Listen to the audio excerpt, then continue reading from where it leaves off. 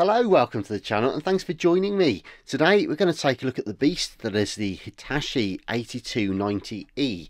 Now I featured the 8190E on the channel recently, so do check that one out as well. But yeah, I'm quite looking forward to doing this one just to see what the differences are, if any, whether it's just cosmetic or whether the insides are actually different or not. Now this particular one, I've already given an appraisal on it, so do check out the video where I tested all the functionality to see what was actually wrong with this one. But I think what I'm going to do today is take it all apart. We've got a seize to tape mechanism, so none of the transport keys work, the timer is stuck down, the pause is stuck down, so I can't test the functionality of the cassette mech itself, and indeed therefore the cassette amp, the DRPS system. I can't test any of that. I need to clean the switches for the radio waveband, but all the switches and everything else are present and correct. It's got the original aerials, but they are tarnished, as is the chrome on the end of the handle, so everything needs a decent polish. It's dusty, it's grimy, there's a few surface scrapes and scratches and stuff like that. So basically what I want to do today, as I say, crack it open, give it a good clean, polish out some of the scratches, hopefully service the mech to the point where we can lubricate and get everything moving again, replace the belts. I do have the belt kit here from Deck Tech, so hopefully we'll be able to do the job with that today. And yeah, just give it a decent clean, a polish, and hopefully we'll get her up and running again. So first thing we need to do is get the back case off and remove the knobs and buttons and get inside. And so to that end, we'll just pull off these knobs first. So we've got the tuning dial here.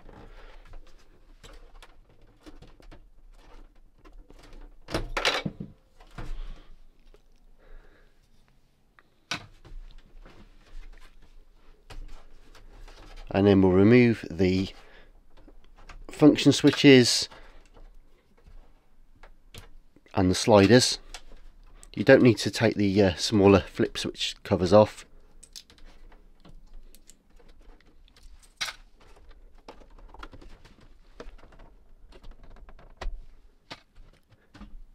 And as with the 8190, be careful with the loudness button. It's on a small board just mounted inside, it's sprung loaded, but it comes with that tiny hole, and when people take these apart they often forget about this tiny little switch here and it can get snapped, so just be careful when you're doing that one. Right, so that's the knobs off, so we'll turn it over.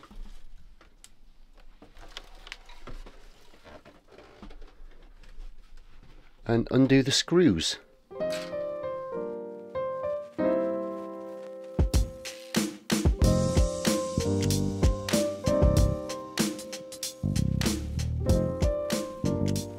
And there are 7 screws altogether, so top corner 2, 3, 4, 5, 6, 7.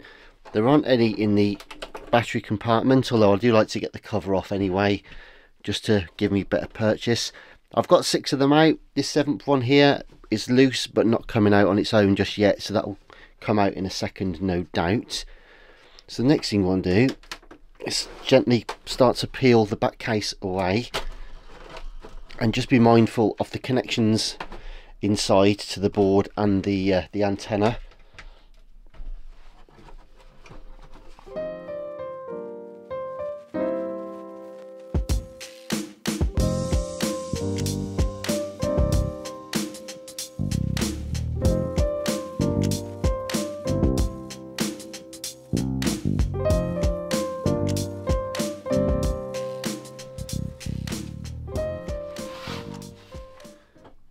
So that's the back cover away. You'll see that there are 2 antenna leads just there, the white and the yellow one, and you've also got your 3 going to the power supply to the main board there from the back case. So you've got your black, your red and your blue. Now with regard to these 2 here, the antenna wires, you've got to be super careful with them. It's a bit of a design flaw really with that particular cable, because well, the 2 antenna wires actually go right behind the ferrite rod, and there are a couple of pins for it to mount on, but they do wrap pretty much around these very fragile coil windings, and you've got to be mega careful not to break the radio wires when you're doing that. So anyway, there we go then. Now this particular one does look a little bit crusty inside, I've got to be honest. Looks like we've had a fair bit of battery corrosion and stuff in here. It looks somewhat of a mess.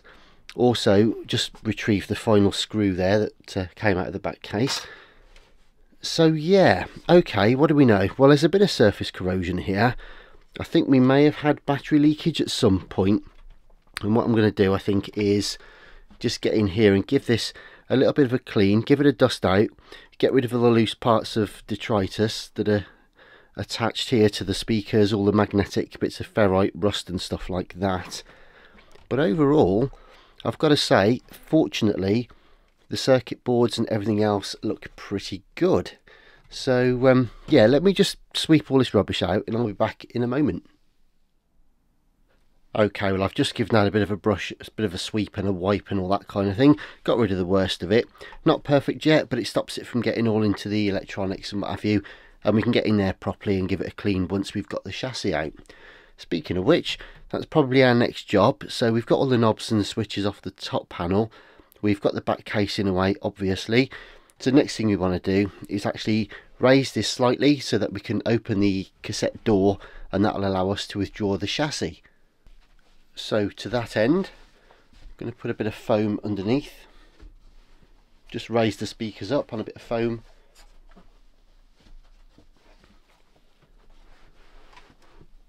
And that allows the eject, if we open the door now, just open the door, and there we go. And I can just see, actually, I've just noticed the main flat drive belt just here. That's obviously come away. Normally they've totally disintegrated by now. This one hasn't, which is a surprise and a relief, but I don't know about the others yet.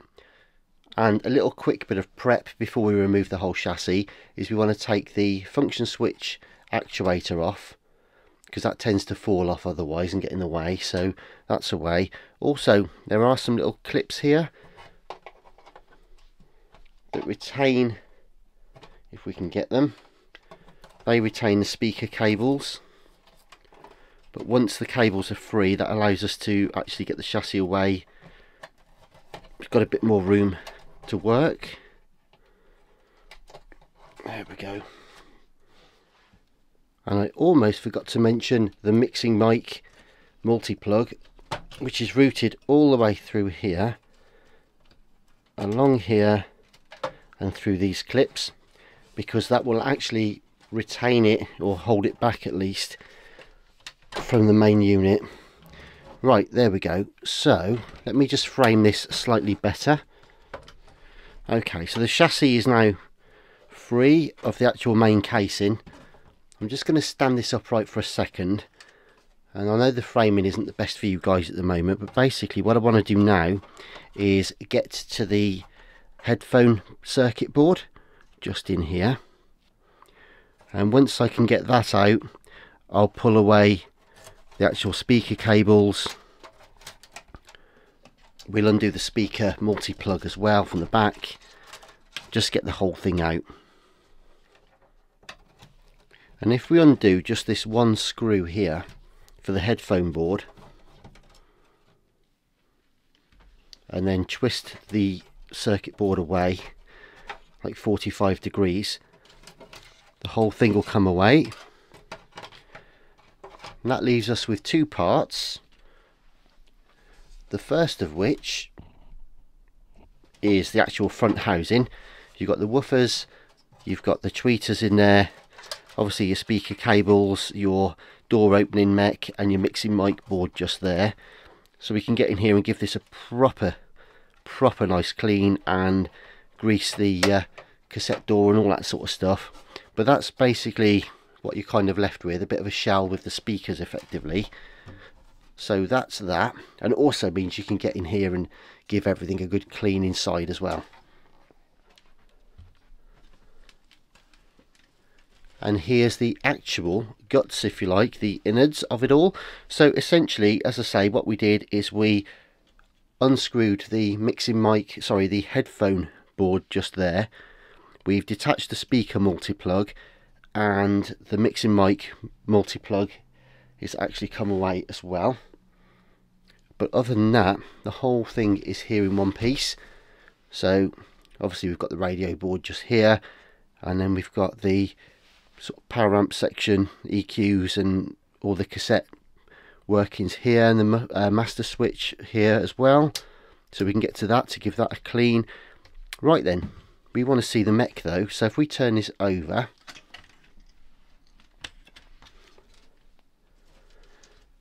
okay, gently does it.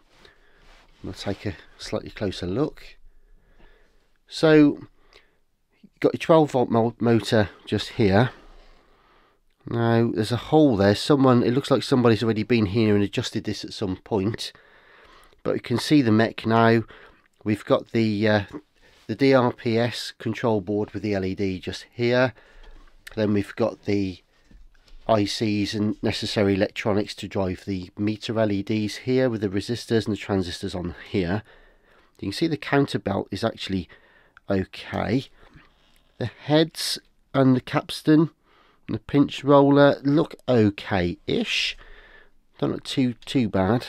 I think we can work with them. They just need a bit of a clean.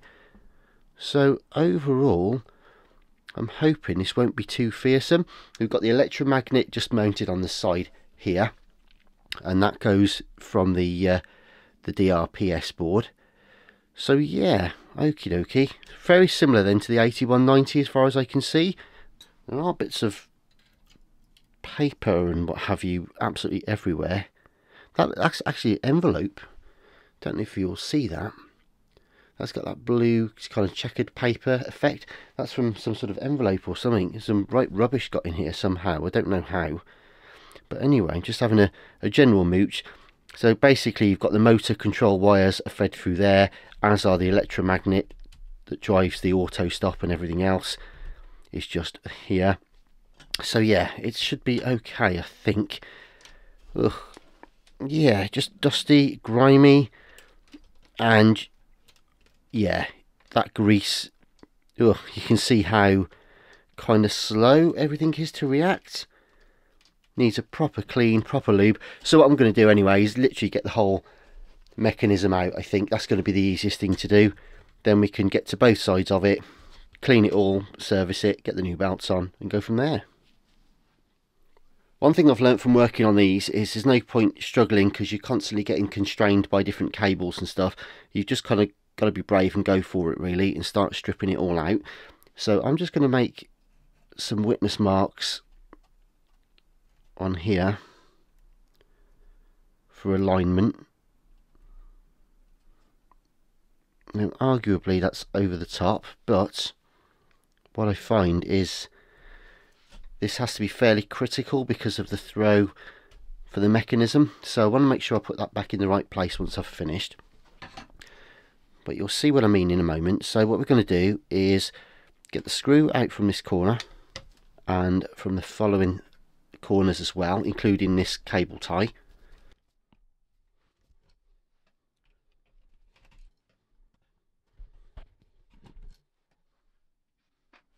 And there's one more I think just at the back.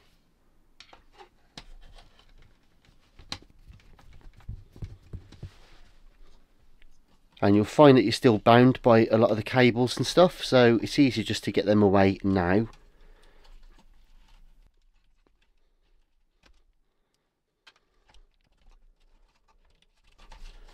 And we just slip these through the various guides that are located in the frame. Might need some tweezers and stuff just to get in there and pick your way through a little bit.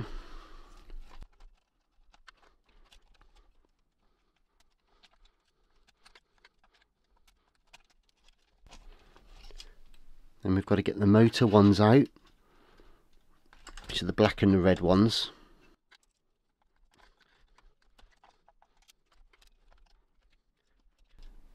And then we've got the leaf switches to get out, and there are an assortment of leaf switches on here that need to come away. And this is quite a bit different to the 8190 actually. There's actually a PCB mounted here on the 8190 with 3 leaf switches on it and 2 extra leaf switches which are mounted in slightly different positions as well. So I've just taken a couple of photos for reference on this one.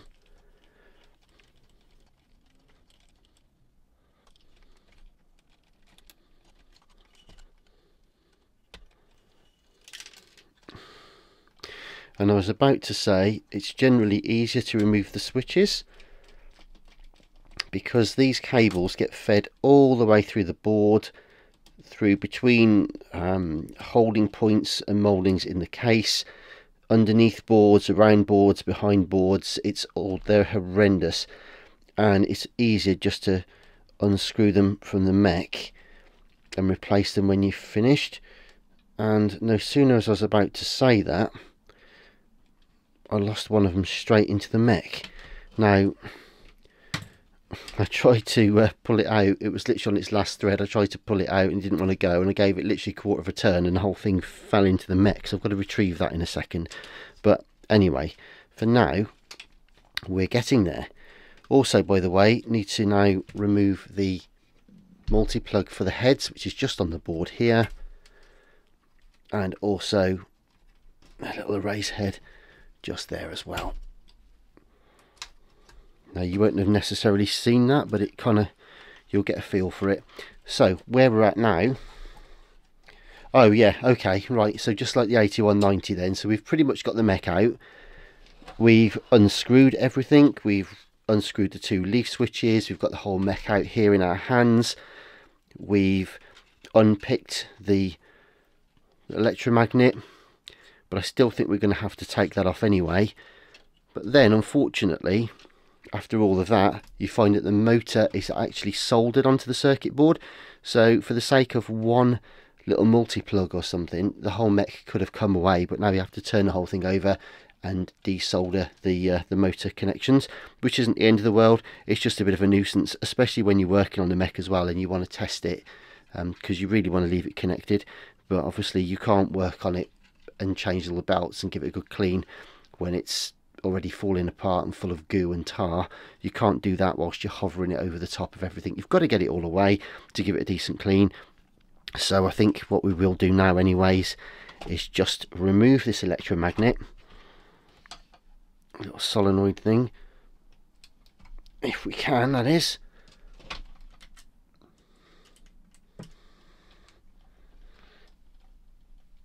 That's tight, man, real tight.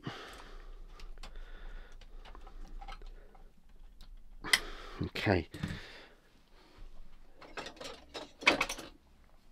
because basically if we can get this apart, there you go, nice, come on, yes, good. All right, so once we get this away, we can then desolder the motor and get everything away. So I'm just going to put those screws safe to one side, and I've still got to retrieve the small, very small screw with the washer that fell inside the mech just now, so I'll go and find that in a moment. But anyways, here we go. Then we withdraw the electromagnet like so. That can now stay there. Right, I'm just going to see if I can find that tiny little screw, and then we'll turn this over and desolder the motor.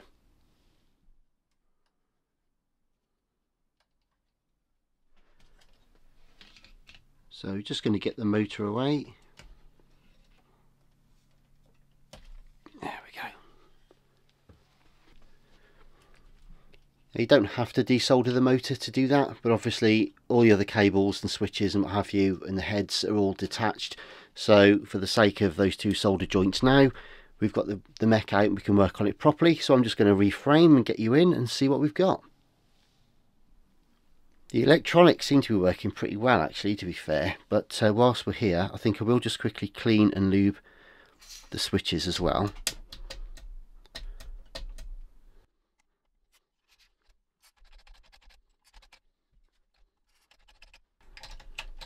And I'll do the play, erase switches and stuff like that as well, and then we'll get on and do the mech.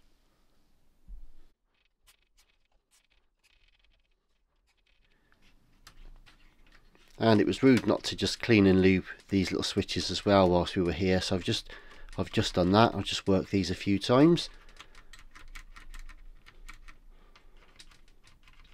and apart from a general clean up and wipe down a bit later, that's all we need to do for a minute, because the main work is on the tape deck. So let's finally get on with that now, shall we?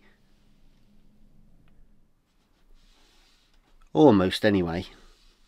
These little jobs that you just kind of distract yourself with on the way, one of which is the dial gauge just here. I mean, you can see some of the dust and dirt and grime that's coming off this. Might not look much, but all helps to make it look just that little bit more fresh and presentable when it's all put back together again. So here's the mech then, and we can see that it's pretty dirty. Obviously the heads and everything need a clean, but the pinch roller doesn't look in too bad a condition. Let's have a look on this side. So one of the belts is present but dry. The other one, we can see the flat belt had started to perish on the spindle just there, and in fact there it is. Where are we? So that would have gone over there, one would imagine, like so. Then there'll be another one that links these two, probably off a lower pulley. Yeah, so you've got a higher pulley and a lower one just there, so we'll have to figure that belt path out. And obviously you've got your counter belt, which will run from there across onto the reel just there. Good stuff. Okie dokie. Well, here's your head cables, your play and your erase heads, and there's your motor cables. There's your electromagnetic solenoid connection just there. Right, so I think what we're going to have to do is try and free up this pause mechanism, and I can see it's everything is very gummed up, very greased up. I think we need to just get it all apart and see what we've got. And I think to that end, actually, I may actually even remove the little cage for the flywheel first. I'm just thinking out loud, really. And I'm pretty sure I might end up having to take some of this apart, but the first thing I'm going to do actually is just drop some alcohol onto the mech and start seeing if we can dissolve some of the grease. Just get some movement going. Just get a little bit of movement going. The thing with alcohol is it'll flash off. If we put a finer grease or a PTFE spray or something like that, it would work a treat, but probably contaminate the clutches and stuff like that and the idlers. So we just want to keep this real gentle at the moment. Just drop a couple little drops of alcohol onto the surfaces. There we go. Right.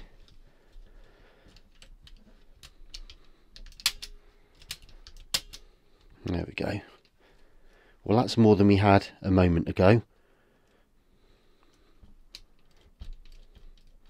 Pretty graunchy, not very nice. Obviously needs cleaning up, but right, here we go. Okay,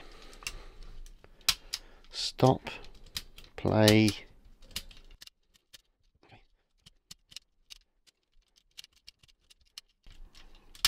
Okay, so we're getting there. So I'm just going to have to work on this for a while. Now, bearing in mind the fast forward and rewind won't always work. It depends on the position of the solenoid there and the bar, the locking bar, activation bar across the side. So I'm just going to keep working some of this, and I think I'm fairly hopeful that we'll be able to start freeing up this pause mechanism in a minute.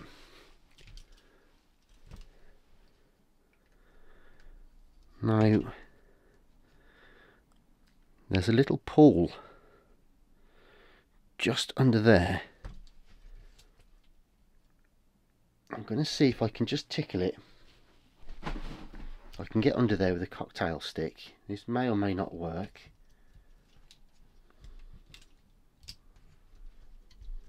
Actually, let's try this one first.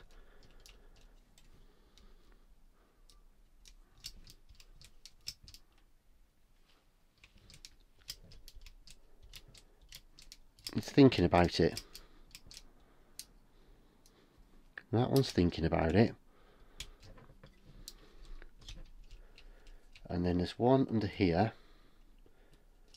I don't want to bend it, so I'm using a cocktail stick. Be gentle. There we go.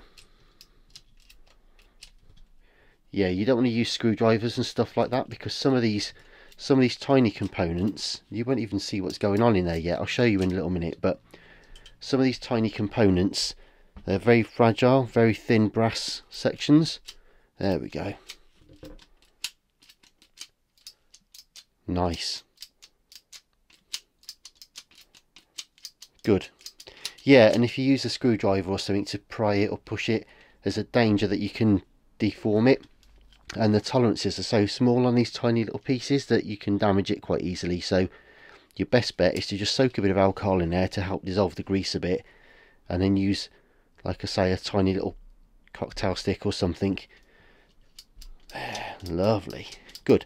Alright, well obviously that's not the end game yet. Well, it's a start, because that was the main thing that was wrong with the whole unit, to be fair, was the fact that the tape mech was all seized up. So we've made a start on that. Now clearly that's not the end game, as I say. We need to now get in here and do this sort of thing properly. And I think what we'll do next is get this cage off, get the flywheel out. I mean, look at the state of that. The belts go from being soft, supple, pliable to being kind of tar and greasy, and then they go rock hard. In fact, I can see part of the other belt has thrown itself onto there for good measure as well. So it's all a mess. It's all got to come out. So I think what we'll do is get this away, get the flywheel out. We can service the flywheel properly, give it a decent clean the capstan and oil it and all that kind of stuff. So let's go ahead and do that. Right, so let's get this flywheel cage out then. So there's a screw just on the side. There you go. Tiniest little screw. Come on. There she goes. So with the screw removed from the side, and also the spring as well just out of the way for now, then got to press this forward, and it's quite tricky, to be fair. There we go. Right, that's that out. Right, that means we can now get to everything to give it a decent clean. So we're going to remove the flywheel and watch out for the little oil washer on the other side. Let me just get that out. There we go. Tiniest little washer on the end of my fingertip there. Also, I'm covered in degraded belt as well now. But anyway, good news is, he says, there we go. There's the flywheel. So at least we can give this a decent clean now. It's proper gross, it's crusty, it's covered in broken, rotted old belts and crust and detritus. So we'll clean that up. And obviously clean the spindles, go through. I can see remnants as well of other belts around this pulley as well, so all needs doing. So basically what I'm going to do now is just go ahead, I think, and clean up these. You don't need to watch me do this, just some Q-tips and IPA and bits of string and scrapers and heaven knows what else, just to go through and clean up the goo from the old pulley surfaces and things, and then we'll be ready to figure out which way the new belts go back on. Okay folks, so the neighbours have got their industrial tree shredder out, so I'm going to do this real quick before it kicks in again. But basically I've given everything a decent clean. It's all lubed and re-greased. It's all working nicely now. I've also cleaned the flywheel. Doesn't look perfect, but it's actually like castaining, and you can go in there and polish it with aluminium polish if you need to, but it's perfectly smooth and clean now. So that's ready for the new belts. The old belts, incidentally, are here. They are very misshapen, very crusty and a bit grisly. So we've got the new ones to go on in a minute. But just before I do, I'm going to clean the heads and get some rubber renew on this idler here. It looks like it's in good condition. It also appears as though it's actually activating okay, but we'll freshen it up while we're here, and then we'll be ready to put the new belts on. So I think we'll have a little musical montage of the idler and the heads being cleaned just before he starts to kick in his little tree shredder again. Back in a moment.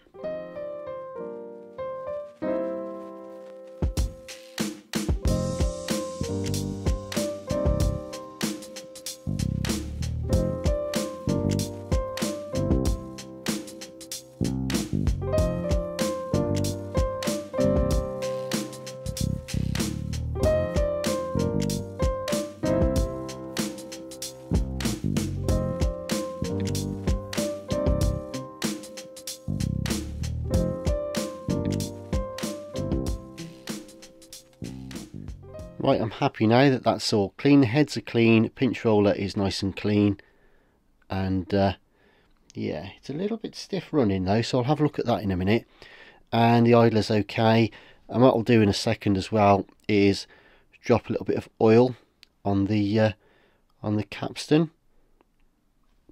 and we'll let that run through in a second.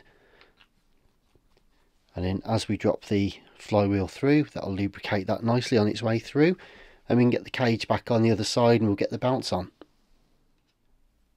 And I've just put a tiny little drop of alcohol into the centre of the spindle there for the pinch roller, and that's worked a treat, freed it right up.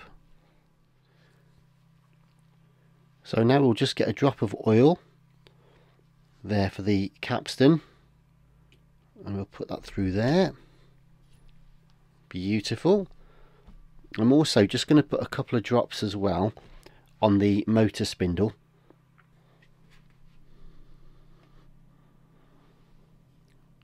And we'll just let that seep through a little bit. Give it a nice little spin, and we'll clear up any excess in a minute. Just make sure we don't get any oil on the bearing surfaces for the actual belts. Lovely. Right, well here's the 3 belts that came off, misshapen, plus we had a disintegrated one, didn't we? So we've got the new ones here, so we'll open these up and see what we have. The other ones were so misshapen or dissolved, they're not much of a clue as to which one was for which. So we got 4 here. I'm guessing the skinny one is the counter belt. Obviously there's your main flat belt there, the drive belt from the motor. That leaves us with 2 more. One of which we did have, which I'm guessing is that one there. So we've just got one more to figure out where that goes. So let's do some jiggery pokery, see if we can figure out the belt paths, and we'll be in business. But first, and this is the thing when you're recording what you're doing rather than just doing it, I want to make sure I don't forget to put the little oil retaining washer onto the capstan there. There we go. So that's back on. And I'm also just going to get some alcohol on there just to clean off any oil residue. Then I know that that bit's done. But it's funny, you normally just crack on quietly and do this, but when you record it, it's very easy to distract yourself and forget to do these little jobs. So I'm just going to do it now whilst I'm thinking about it, and then we will get the belts on. That's it. Squeaky clean, lovely. Well folks, I think this is a sensible time to make an end of part 1 here. I realised during the editing of the video that it was over an hour long, so I thought I'd break it into 2 bite-sized pieces for you. I know I could have made it a much shorter video, but actually it's easier to scan through the parts you don't need, but I want to keep as much detail as I can to help the guys out there that do actually want to do a lot of this service work themselves, so it's always useful to keep the information there. I'd rather make it 2 videos rather than, you know, 1 short one with bits missing, if you know what I mean. So anyway, we've broken it down here, we've serviced it, we've cleaned and stripped stuff down and oiled necessary parts. So join me in part 2, where we'll actually be putting the whole thing back together, testing it, ironing out any glitches, if indeed there are any, and we'll give it a good clean and a polish and a final test. So do please look out for that. In the meantime, I'm going to go and take a quick coffee myself now, so if you'd like to help support the channel, please do consider heading to the Buy Me a Coffee page. It would be great to have your support over there. I'm only a tiny channel, so to this date I've never received a single penny for my YouTube channel. It is for the love of it really, but any donations are gratefully received. But anyway, there we go, so please do look out for part 2, and I'll see you soon. All the very best for now. Bye bye.